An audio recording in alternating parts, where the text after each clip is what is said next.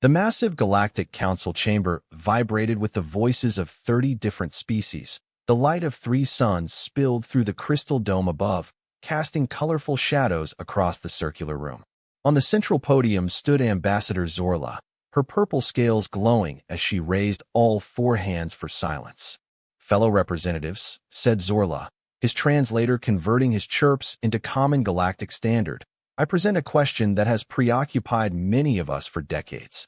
The room fell silent. Even the jellyfish-like floating Moravians interrupted their gentle traffic jam. In the 50 years since humans joined our council, there have been 623 documented attacks on colonies and vessels of member species by pirates, invaders, and hostile civilizations. Zorla's yellow eyes narrowed, but not a single human settlement or ship was targeted. None. Murmurs spread throughout the chamber. The Vokron representative clicked his jaws in agreement as the gassed hegemonic diplomat expanded in irritation. "Is this just remarkable luck?" Zorla continued. "Or is there something humans aren't telling us?" All eyes turned to the human section where John Martinez sat. Unlike most representatives who wore elaborate ceremonial attire, Martinez wore a simple blue suit. He was a middle-aged man with a well-groomed beard and calm brown eyes. He smiled politely as he stood up. "Ambassador Zorla raises an interesting observation," he said. "We humans have been really lucky in our interstellar adventures. Maybe we're just not worth attacking.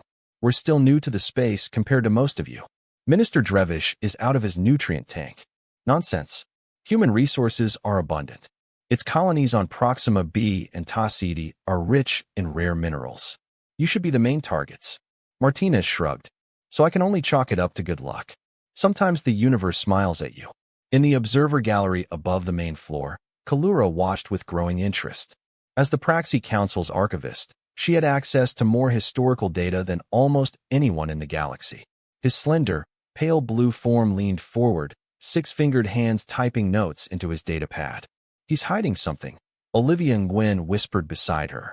The human woman functioned as a cultural link between Earth and the Praxi homeworld. "This smile is what we call a poker face." Kalura's large compound eyes blinked rapidly. "What is poker?" "A game of deception," Olivia said. "You win by making others believe what is not true." Below, the debate continued. Ambassador Krell suggested that humans could be paying protection money to pirate groups. The Vokron representative wondered if Earth possessed a secret weapon that deterred attackers. Martins denied everything with the same serene smile. When the session ended, Kalura walked with Olivia through the arched halls of the council building. Glowing liquid fountains provided light in the corridors designed to accommodate beings of all shapes and sizes. "I accessed the attack records," Kalura said, his voice melodic and smooth. "The pattern is very perfect. In the same sector where a Baltoria colony was invaded, a human mining operation 10 light minutes away was completely ignored. This happened dozens of times." Olivia's dark eyes narrowed. "What are you suggesting?" "Something is protecting the humans," Kalura said. "And I want to know what." Olivia stopped walking. "Be careful, Kalura. Some questions are dangerous to ask. This is precisely why they must be questioned." Kalura's antennae twitched in excitement. "Will you help me investigate?" Olivia hesitated before nod slowly. "I'm curious too, but we keep it a secret. There are no official records." Upon sealing the deal, neither noticed the small maintenance drone hovering nearby.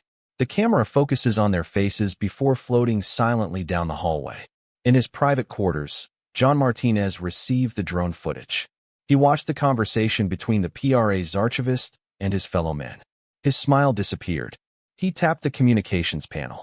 "We have a situation," he said to someone on the other side. "2 researchers are asking questions." "Yes, one is human." He paused, listening. "No, not yet. Let's see where this goes first. They can lead us to other curious people." He ended the call and looked at the 3 setting suns. Maybe it was time for the galaxy to discover the truth, or at least part of it. The Galactic Council's archives stretched underground for miles. Rows of data crystals glowed with a soft blue light. Each crystal contained thousands of years of history. Kilera moved purposefully through the silent hallways, her blue fingers gliding across the labeled shelves. "The first contact with humans was 75 years ago," she told Olivia. "Let's start there." Olivia nodded. Her dark hair was tied back as she followed the tall, slender alien. The official story is that a Centauri research ship discovered our first colony ship heading to Alpha Centauri. Yes, but what about the unofficial stories? Kilera asked. She stopped at a section marked Human Integration, 2150 to 2200. She selected a crystal and inserted it into an observation station. The holographic display showed formal meetings between humans and various alien representatives. Speeches about cooperation, signing of treaties, nothing unusual. This is all public record, Olivia said with disappointment. Kalara's compound eye sparkled. I have greater authorization. Let me try something. She typed a complex code into the terminal. The screen flashed red with a warning. Are you sure about this? Olivia whispered. No, Kilera admitted, but I'm going to do it anyway. The screen changed to show a file called Draxian Incident, classified, Draxians. Olivia frowned. Her raiders, brutal ones. They attacked 3 Rithian colonies around 70 years ago and apparently also encountered humans. Kilera said as she opened the file. Grainy images appeared on the screen. A small human settlement on Mars, one of the first colonies outside Earth, with red dust scattered across the dome-shaped structures. Then the shadows fell as 3 Draxian attack ships descended. That wasn't in any history book I studied. Olivia said calmly. They watched as armored Draxians, tall reptilian beings with sharp claws, emerged from their ships. The filming moved inside the colony. The humans ran in panic. Some took up weapons. Then the camera image showed something strange. When a Draxian warrior walked through a door, a human woman stood alone in his path. She should have been terrified. Instead, she smiled. And then the feed was reduced to static. What happened? Olivia asked. Kilera attempted to restore the footage. He finished. Completely erased. She leafed through the written report. It just says that the Draxians withdrew from Mars and never attacked humans again. This doesn't make sense. Draxians do not back down, said Olivia. Millions of kilometers away, in the darkness of deep space, the human transport ship Asterisco, asterisk of the U.S. border, sailed at sublight speed. On the bridge, Scientific Officer Sam Wright looked at his scanner with concern. Captain, I'm picking up a distress signal, he said. Sam was a young man with red hair and serious eyes. It's coming from an unidentified ship about 2 light minutes away. Captain Linda Powell frowned. This sector is empty. Then a registered sea route. The signal is weak, but clear. Sam insisted. Someone's in trouble. Or it's a trap, said Security Chief Alan Diaz. Pirates use fake distress calls all the time. Captain Powell considered this. Protocol says we report it and continue our course. Sam stood up from his post. Captain, with all due respect, we can't just leave them. What if they are dying out there? Powell studied Sam's determined face. Mr. Wright, your compassion is admirable, but potentially dangerous. We're human, Sam said firmly. We help those in need. It's what we do. The bridge was silent. Finally, Powell nodded. Change the course. But Mr. Diaz prepared security teams and kept the weapons hot. The asterisk border of the asterisk has changed direction, their engines glowing blue against the darkness of space. As they approached the source of the signal, they saw a lifeless ship drifting. Its design was irregular and predatory. I recognize this configuration, said Diaz, with a tense voice. That's a Krelthak ship. Sam's eyes widened. The slave traders. Powell's hand moved to the communicator. A council approach. We're leaving. Wait, Sam said, checking his scanner. I'm getting signs of life. Very weak. They are dying in there. Let them die as murmured. Do you know what Krelthak does to his captives? Sam looked at his captain. I know what they do, but I also know what we stand for. We cannot choose who deserves to be saved. Powell closed his eyes briefly. When she opened them, her decision was made. Prepare boarding teams. Just doctors and security. She looked at Sam. You better be right about this. Right. Sam nodded, not knowing how much this decision would change everything. Kalara's office was small but tidy. Star maps covered one wall. Artifacts from a dozen worlds sat on the shelves. She didn't sleep in 2 stalls. His blue skin paled slightly from exhaustion. Look at this, she said to Olivia, who was sitting across from her desk. I found a pattern. On her screen was a map of the galaxy with red dots scattered around. Each dot represents a hostile species that has had exactly 1 encounter with humans. Kilera explained. After that single encounter, they never attacked humans again. Olivia leaned forward. How many incidents? 17 in the last 70 years. Kalara's fingers moved across the screen. The Draxians were the first. Then the collective mind of Sector 8. The Krull. The Vortian Marauders. These are some of the most aggressive species known. Olivia said in surprise. Yes. And they all attacked humans exactly once. Kalara obtained more data. The strangest thing is that after these encounters, most of these species became less aggressive towards everyone. Not just humans. As if they were afraid to behave better. Olivia muttered. Kalara nodded. But there is nothing in any official record that explains why. No witnesses. No survivor accounts. None that I can find. Kalara's intent slightly decreased. It's as if someone erased all the details. Olivia was quiet for a moment. My grandmother used to tell me stories about guardians who destroyed humans. I thought they were just old stories. What kind of guardians? Kalara asked. Before Olivia could respond, Kalara's comm panel rang. A message appeared. Stop looking. Some truths are dangerous. The two women looked at the screen in silence. Aborted asterisk, U.S. Frontier asterisk. Sam Wright led the boarding party on the damaged ship Carlfak. The air was thin and smelled of burning electronics. Emergency lights cast red shadows along the curved hallways. The signs of life are stronger this way, Sam said, checking his scanner. And wore a sealed environmental suit, as did the 5 security officers and 2 medical staff who accompanied him. They went deeper into the ship. The damage was extensive. The walls were torn apart. Equipment was destroyed. This doesn't look like an accident, Dr. Patel said, examining a jagged hole in a bulkhead. Something destroyed this ship. Pirates attacking pirates. Officers suggested Garcia. Sam shook his head. No signs of weapons being fired. They reached what appeared to be the bridge. Bodies of Carlfak crew members were scattered around.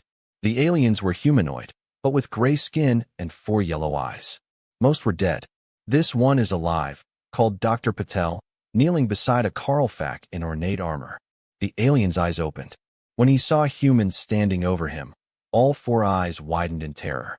He tried to crawl away despite his injuries. We are here to help, Sam said, holding up his empty hands. Your ship has sent a distress call. Leader Carlfak looked at Sam. Humans, he hissed through his translator. Why did you come? Are you fools? Dr. Patel prepared a medical device. You are seriously injured. We can treat you on our ship. Oh, Carlfak's voice rose in panic. It's not your ship. Kill me here if you must, but don't take me there. The medical team exchanged confused looks. Sam knelt closer. We won't kill you. We're trying to save you. Carlfak laughed. A horrible, harsh sound. Save us. You don't even know what you are. He gripped Sam's suit with surprising strength. The others came. They saw that we were targeting a human colony. They came through the humans there. What are you talking about? Sam asked. What others? Those who hide among you. Carlfak looked around in fear. Those who watch through your eyes. A loud creak echoed throughout the ship. Everyone froze. This vessel is becoming unstable, Garcia warned. We need to evacuate now. Bring him, Sam ordered, pointing to Leader Carlfak. As they carried the struggling alien back to the ship, Sam noticed something strange. Deep claw marks ran along the walls. Whatever damaged this ship was immensely powerful. Please, Carlfak begged as they held him in the ship. Leave me. I'd rather die than go on a human ship. Sam looked into the aliens for terrified eyes. Why are you so afraid of us? Carlfak was silent for a moment. Then he whispered, not from you. From what protects you, you are marked. As the ship departed, the Carlfak ship groaned one last time before disintegrating behind them. The message on Kalara's screen deeply disturbed her. Someone knew what she was researching. Someone wanted her to stop. But the warning only made her more determined. We need help, she told Olivia the next day. I asked my friend Vex to meet us. He works safely. They waited in a quiet corner of the municipal gardens. The water flowed in strange patterns, defying gravity. Plants from 100 worlds grew together in careful harmony. There he is, Kalora said, spotting a tall being with orange skin and forearms approaching. Vex was a Solari, known for his excellent memory and attention to detail. But as Vex walked towards them, he suddenly stopped. His expression changed to confusion. He looked to his left, as if he saw something invisible. Then fear crossed his face. He turned and ran. Vex, Kalora called, standing up. What's wrong? They lost sight of him among the exotic trees. Kalora and Olivia exchanged worried looks before running after him. They found Vex 10 minutes later, behind the garden's central fountain. He wasn't moving. His orange skin turned gray. His eyes stared into space. No, Kilora whispered, kneeling beside him. No, no, no. Olivia looked for signs of life, but found none. He's dead. I don't see any wounds. Kilora's hands shook as she gently closed Vex's eyes. Then she noticed something stuck in one of her 4 hands. A small data chip. She took it carefully. There's something written on your arm, Olivia said suddenly. Words were carved into Vex's skin. Not deeply, but clearly visible. Some truths are better left buried. The same morning as the message, Kilora felt a cold fear spread through his body. We should call security. Olivia said no. Kilora stood up, putting the data chip in his pocket. Whoever did this has power, maybe even within the council. We can't trust anyone now. And Ambassador Martinez? Mainly him, Kilora said. He is at the center of it all. The medical area of the asterisk, U.S. frontier asterisk, was white and clean. Leader Krelfak was tied to a bed. Captain Powell stood with his arms crossed, watching as Dr. Patel treated the alien's injuries. He is stabilizing, the doctor said, but is in a state of extreme stress. Your body is producing large amounts of fear hormones. Sam Wright was nearby, studying the alien. He's scared to be here. But why? Krelfak's yellow eyes focused on Sam. You should have let me die, he said weakly. Captain Powell stepped forward. Your ship was destroyed. What happened? We attacked a small mining outpost in the Ta City system. IFAC admitted. We didn't know it was human until we were already there. There is no record of an attack on the city of Ta. Powell said confused. Because we never got there. The alien's voice shook. As we got closer, one of the humans at the outpost changed. How did it change? Sam asked. His eyes turned black. His skin became like living metal. Krelfak's breathing quickened. He went out into space without a suit. He flew to our ship. He tore our hull apart with his bare hands. Powell and Sam exchanged looks of disbelief. Lightning destroyed your entire ship. Powell asked skeptically. It is not a being. A guardian. Krelfak fought against his restrictions. They live inside humans or pretend to be humans. I don't know. But they are old and terrible. Dr. Patel checked his medical scanner with concern. Your stress levels are dangerously high. Listen to me. Krelfak begged. They are everywhere humans are. Attending. Protecting. Every human ship. Every human colony. This is why no one attacks humans. We all know what happens if we do. Sam leaned in closer. Who are they? What do you mean they live inside humans? The Krelfak looked at Sam with all 4 eyes. They watched through his eyes. He whispered. Some of you don't even know they're there. Suddenly, the alien stiffened. He looked past Sam toward the door. His face contorted in pure terror. One is here. He gasped. Sam turned around. There was no one at the door. When he turned around, Krelfak was reaching for a surgical instrument from the nearby tray. Before anyone could stop him, he grabbed him and tried to stab himself in the throat. Dr. Patel advanced, dropping the tool. Security officers rushed to restrain the now screaming alien. What happened? Demanded Captain Powell. Sam looked at the empty door again. A shiver ran down his spine. I don't know, but I think he saw something we couldn't see. Vex's data chip contained only one thing. Coordinates. Kylara and Olivia were in the crowded spaceport looking at small ships for rent. Are you sure about this? Olivia asked softly. Vex died for this information.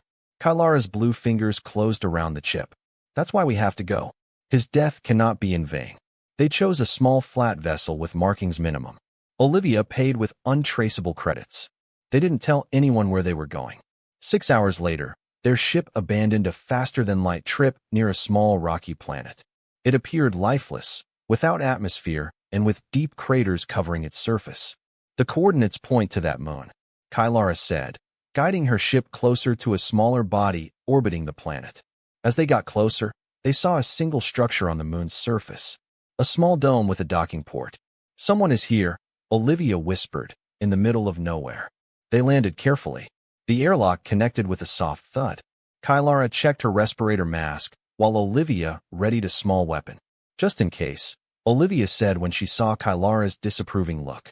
They passed through the airlock and entered a dimly lit hallway. The air was breathable but thin. The walls were covered in strange symbols. Hello, Kylara shouted. His voice echoed through the empty hallway. A door opened at the other end. A hunched figure stood in the doorway. I was waiting for you, said a hoarse voice. Get in before they know you're here. They followed the figure into a circular room filled with screens and old papers. Star maps covered the walls.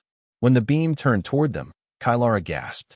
It was a Draxian, ancient with scales faded to a pale yellow and a cloudy eye. He supported himself with a metal cane. "My name is Morgan," he said, "last survivor of the first human contact incident." Olivia stared in shock. "You were there, on Mars." The old Draxian nodded slowly. 75 years ago. I was young at that time. Strong. Part of a strike group looking for easy targets. His good eye closed briefly. "We were fools." "What happened?" Kylara asked, pulling out a recorder. "We land near the human dome. They breached his defenses easily." Morgan walked over to a chair and sat down heavily. The humans ran, hidden, as prey should. But then, he stopped, his scaled hand shaking slightly. "So what?" Olivia pressed. "One of them has changed." Morgan's voice dropped to a whisper. "A human woman." One moment she was cowering. The next, his eyes turned black. Her skin rippled like water, and she smiled. The old Draxian looked at something only he could see. She killed 6 warriors in 12 seconds. He tore through the armor as if it were paper. It moved faster than vision. He banged his cane on the floor. "The rest of us ran. But they caught us before we reached our ships. Not just one now. 3 of them. Wearing human forms, but moving in the wrong way." "What were they?" Kylara asked softly. "The old ones. The first people on Earth." Morgan looked directly at Olivia. "They told us before they let me go. Humans are under our protection. They always have been. Say your type. Spread the word." "But what are they?" Olivia repeated. "Some kind of alien species." "No." Morgan shook his head. "They evolved on Earth alongside humans. Hidden guardians. They called themselves many names. Angels, demons, fae, gods. For us, it doesn't matter what name they use. What matters is that they consider humans their younger brothers. And they are very, very protective." The border asterisk continued its journey home. In his quarters, Sam Wright couldn't sleep. The Kralthak leader was sedated after his suicide attempt. But his words echoed in Sam's mind. They watched through his eyes. Sam stood in front of the mirror, studying his reflection. Just your normal face. Brown hair. Green eyes. Nothing unusual. His computer buzzed with an incoming message. It was Captain Powell's. "Security breach at Medical Bay. Prisoner Kralthak has disappeared." Sam ran to the medical wing. Powell was already there with the security officers. The bed restraints were intact, but the trap was nowhere to be found. "How is this possible?" Powell demanded. The doors were locked. Guards were posted. Dr. Patel checked the medical records. "According to this, no one has entered or left this room in the last 4 hours." Sam walked over to the bed. On the pillow was a small piece of metal with strange symbols engraved on it. "What is that?" Powell asked. Sam picked it up carefully. "I don't know, but I think it's a message." When his fingers touched the metal, the lights in the infirmary flickered briefly. Everyone froze. "Did you feel this?" Sam asked. Nobody responded. Everyone was looking at him with wide eyes. "What?" he asked. Dr. Patel swallowed. "Sam, your eyes." They went black for a second. Sam Wright sat alone in his quarters on the asterisk border. The ship's doctor found nothing unusual in his medical examinations. His eyes were green again, but the fear on his crewmates' faces haunted him. They watched through his eyes. The Kralthak had said. Sam looked at the strange piece of metal they found. His symbols seemed to change when he wasn't looking directly at them. He tried to analyze it in the science laboratory, but the equipment was unable to identify the metal. A soft knock on the door interrupted his thoughts. "Come in," he called. Dr. Patel entered, looking uncomfortable. "How are you feeling?" "As if everyone on this ship thinks I'm possessed," Sam said with a weak smile. "What happened in the medical ward was unusual," she admitted, "but it doesn't mean there's anything wrong with you." Sam lifted the metal piece. "Do you know what this is?" Dr. Patel shook her head. "Our scanners cannot identify it. It's like I'm not quite here. I'm not quite here. It exists partially outside of our normal space," she explained. "At least, that's my theory." Sam dropped the metal. "The Kralthak said that these guardians have always been with humans, protecting us." He looked at Dr. Patel. "What if they are real? What if that's why no one attacks human ships?" Before she could respond, the ship's alarm sounded. Red emergency lights came on. "All to battle stations," Captain Powell's voice announced over the loudspeakers. "Unknown ship approaching at high speed." Sam and Dr. Patel ran to the bridge. On the main screen, a huge ship was visible. Its shape was irregular and predatory, much larger than the ship they found adrift. Kralthak battlecruiser, confirmed Officer Garcia. They are saluting us. Powell nodded. On the screen, the image changed to show a Kralthak commander. All four yellow eyes narrowed when he saw the humans. Return our brother to us, he demanded without greeting him. Now, Powell has stood his ground. Your brother disappeared from our ship. We don't have it. Lies, the Kralthak hit with his fist. Our trackers show he was aboard his ship until 6 hours ago. What did you do with it? We rescued him. Sam took a step forward. He was injured. We treat you. The commander's eyes fixed on Sam. You. Did he talk to you about the Guardians? Sam hesitated and then nodded. He did. So you know why we came into force. The Kralthak said, to put an end to this deception once and for all. What mistake? Powell asked. The myth of human protection. The stories that keep our species cowering as prey. The commander showed his sharp teeth. No more. Today we will prove that humans can die like any other species. The screen went black. They are carrying weapons. Garcia reported, his voice tight with fear. Powell turned to his team. Battle stations. Shields up. Prepare your tow. Wait, Sam interrupted. HFY exactly what prisoner Kralthak warned us about. If these Guardians are real, attacking us would be suicide. We can't bet our lives on alien legends, Powell said. We won't have to do that, Garcia said suddenly, looking at his console. To look. A new reading appeared on the screen. Something huge was approaching from behind them, much larger than the Kralthak cruiser. What is that? Powell asked. Is it another ship? I don't know, Garcia admitted. The readings don't make sense. It's there, but it's not there. Solid, but not solid. And it's moving incredibly fast. Sam felt a strange sensation, as if electricity ran through his skin. The metal piece in his pocket began to heat up. The bridge crew watched in silence as the unknown object passed directly over the ship. For a brief moment, through the viewing window, they saw something impossible. A vast form like living metal. Flowing and changing.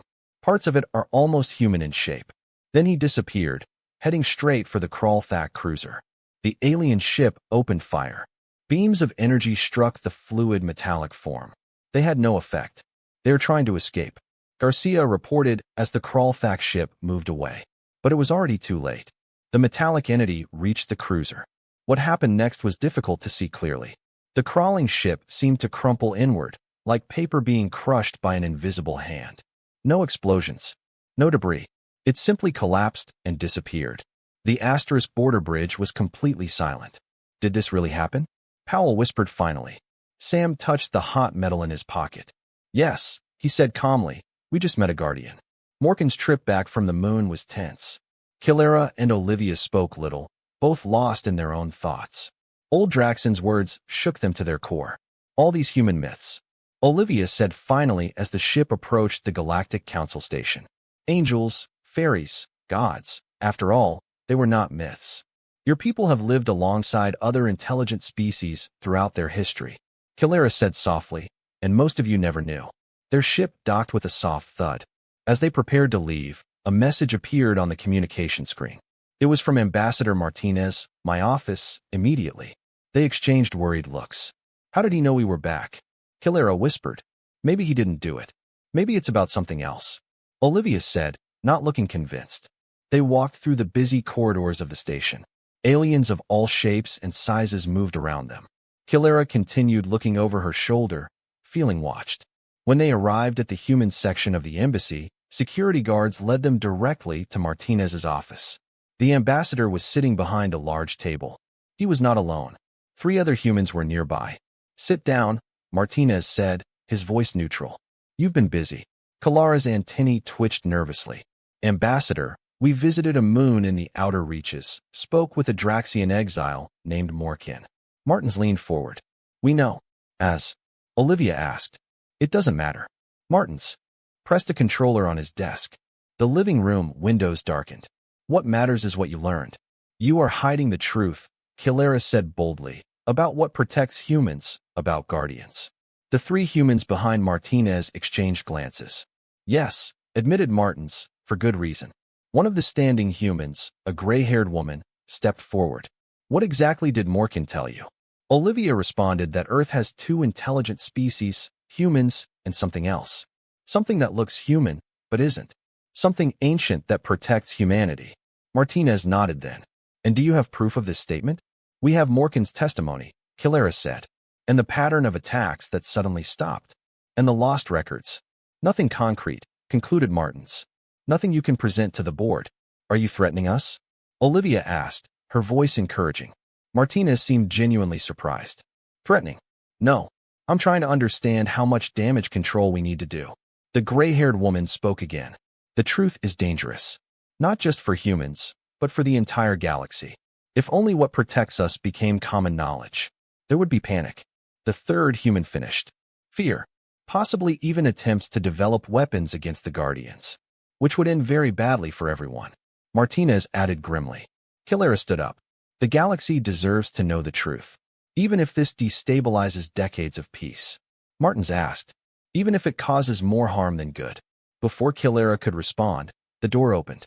A young human helper rushed in, looking alarmed.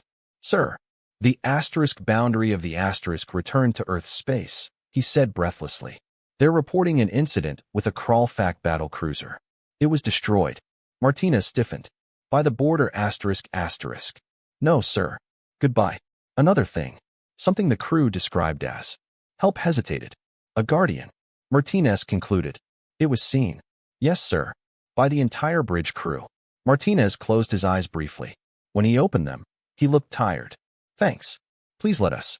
After the help left, silence filled the room. Finally, Martinez sighed deeply. Well, that changes things. He looked at Kilera and Olivia. The secret is about to become a lot harder to keep. What are you going to do? Olivia asked. The gray-haired woman replied. The only thing we can do. Tell the truth, but carefully, on our terms. Martinez nodded. The Galactic Council must be informed. A special session will be called. He looked directly at Kilera. And you will present your findings, Archivist. Officially. My? Kilera's compound eyes widened. You did the research. You sought the truth at great personal risk. Martinez stood up. But first, there's something you two need to see. He led them to a secure room deep within the embassy. Inside was a single holographic projector. This is confidential footage of asterisk border asterisk. He explained, activating the device. What you are about to see has only been witnessed by a handful of non-humans. The hologram showed the space battle. The Kralfak cruiser firing at something huge and fluid. Something that seemed to distort reality. Then the cruiser was crushed as if it were made of paper. This, Martinez said calmly, is what has protected humanity since the beginning of our history. This is why no one targets humans. The Galactic Council chamber had never been so crowded. Representatives of all member species filled the circular room. News of an emergency session spread quickly. There were rumors about what was so important. Kilera was nervous on the central podium. Their research was displayed on floating screens throughout the chamber. Behind her was Ambassador Martinez and his team. Among them was a quiet man named Alex White, who hadn't said a word since arriving. Honorable representatives, Kilera began, her voice echoing through the hall. I stand before you with information that will change our understanding of the galaxy. She told them everything. The pattern of attacks against humans that has mysteriously stopped. The testimony of the Draxian survivor. The asterisk border asterisk footage. With each revelation, the camera became more tense. The conclusion is inevitable, Kilera said finally. Humanity is not alone in having frog. They share their world with other species. Beings of immense power who consider humans under their protection. Uproar followed. The Vokron representative clicked his jaws quickly in distress. The hegemonic diplomat expanded to twice his normal size in unrest. Absurd, Minister Drevish shouted from his tank. A fairy tale. So explain that. Kilera said calmly, activating the end screen. The asterisk border footage was displayed for everyone to see. The strange fluid entity. The cruiser being crushed like a toy. Silence fell over the chamber. Ambassador Martinez stood up. For thousands of years, these beings lived alongside humans. They rarely reveal themselves. They allow us to develop our own path. But they have one unbreakable rule. The safety of human life is guaranteed. Why did you hide it? Ambassador Krell demanded. Their voices shook with anger or fear or both. Would you have accepted humanity into the galactic community if you had known the truth? Martins asked. Or would you have feared us? Isolated us? Maybe he even tried to develop weapons against ours companions. Nobody responded. The truth hung in the air. These guardians also consider Earth their home, Martinez continued. They allow us to explore space, join this council, and build colonies on one condition: that we are safe. This is why no pirate, no invader, no hostile force ever attacks humans a second time.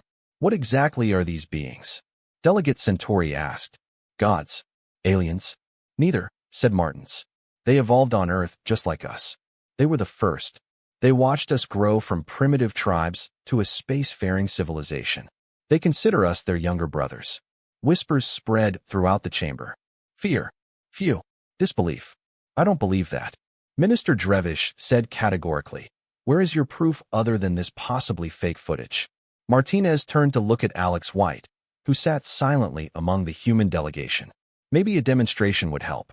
Alex slowly stood up. He had an ordinary appearance. Average height. Brown hair. A forgettable face. He walked to the center of the chamber. I'm Alex Bronco, he said in a normal voice. I'm not Alex White either. His eyes darkened. Not just the iris, but the entire eye turned deep black. His skin rippled like water, then calmed down again. Nothing else has changed. But somehow he seemed more, as if the human form could barely contain what was inside. We have walked alongside humans since the first of them looked up in wonder at the stars, Alex said, his voice now filled with harmonics that made the air vibrate. We let them believe that we were myths, legends, stories to tell our children. Angels, demons, fae, gods. We were called many things. The council representatives were frozen in their seats. We do not adhere to this advice. We have no interest in your politics or your disputes. Alex, or what appeared to be Alex, smiled slightly. But know this, harm a human and there will be consequences. To demonstrate, Alex raised his hand. A small ball of liquid metal formed above his palm. It pulsed with inner light. The closest representatives retreated in fear. Then Alex closed his hand, and the ball disappeared. His eyes returned to normal. He looked human again. We do not seek conflict, Martin said in the silence that followed. Humans desire peaceful relationships with all species. We bring this truth to you honestly, not as a threat. The chamber remained silent for long moments. Finally, Zorla, who first brought up the issue of humans never being targets, stood up. Now we know, she said simply. And knowing changes everything. When the council session ended, Olivia found Kilera at the external corridor. What happens now? Kilera asked. Now the galaxy adjusts to a new reality. Olivia said, it won't be easy. They noticed Alex White walking past them. He looked completely normal again. Ordinary. Forgettable. He nodded politely as he passed.